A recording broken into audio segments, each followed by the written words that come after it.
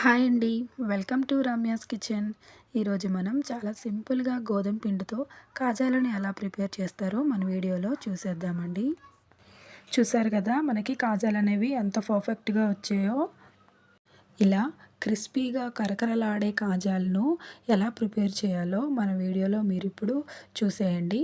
దానికంటే ముందుగా మీరు ఫస్ట్ టైం మన వీడియోస్ చూసినట్లయితే మన ఛానల్‌ని సబ్స్క్రైబ్ చేసుకోవడం మర్చిపోవద్దు.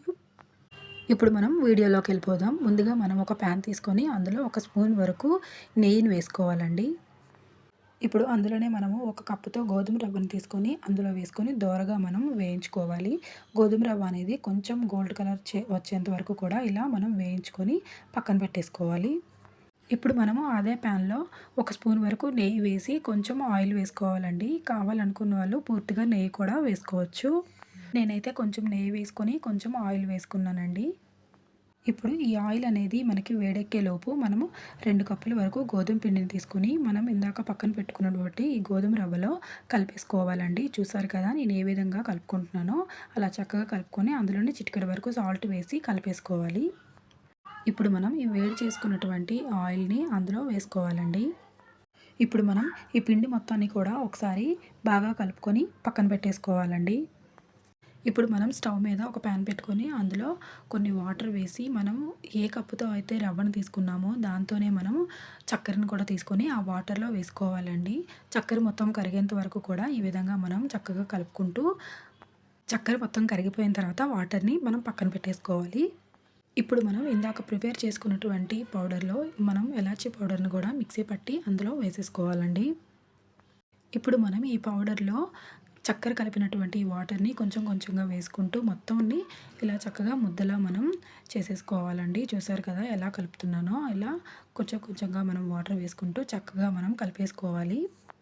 కొంతమంది అయితే డైరెక్ట్గా పిండిలోనే చక్కెరని మిక్సీ పట్టి వేసుకొని ఓన్లీ వాటర్తో కలుపుకుంటారండి. నేనైతే వాటర్లో చక్కెర వేసి ఇలా కలుపుకున్నాను.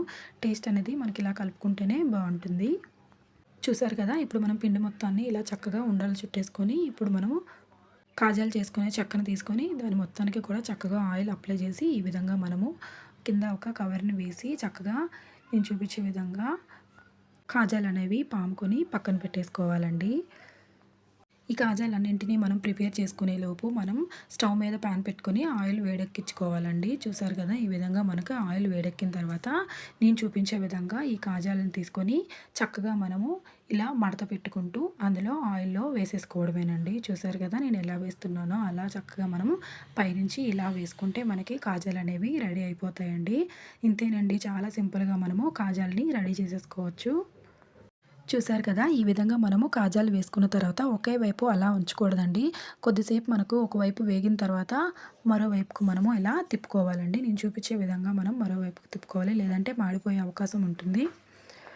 కొంతమంది ఇలా కాజాలు చేసుకున్న తర్వాత చక్కెర పాకాన్ని కూడా పట్టించి ఇలా కాజాల పైన కూడా వేస్తూ ఉంటారండి. కానీ ఈ విధంగా చేసుకుంటేనే కాజా మొత్తానికి కూడా మనకి స్వీట్ అనేది బాగా పడుతుందండి. చూసారు కదా మనకి ఎంత పర్ఫెక్ట్‌గా వచ్చాయో. మీకు కూడా నచ్చినట్లయితే మీరు కూడా ఒకసారి ఇలా ట్రై చేయండి. పిల్లలకు పెట్టడానికి కూడా చాలా బాగుంటాయండి ఇవి. Thank you for watching. Please do subscribe.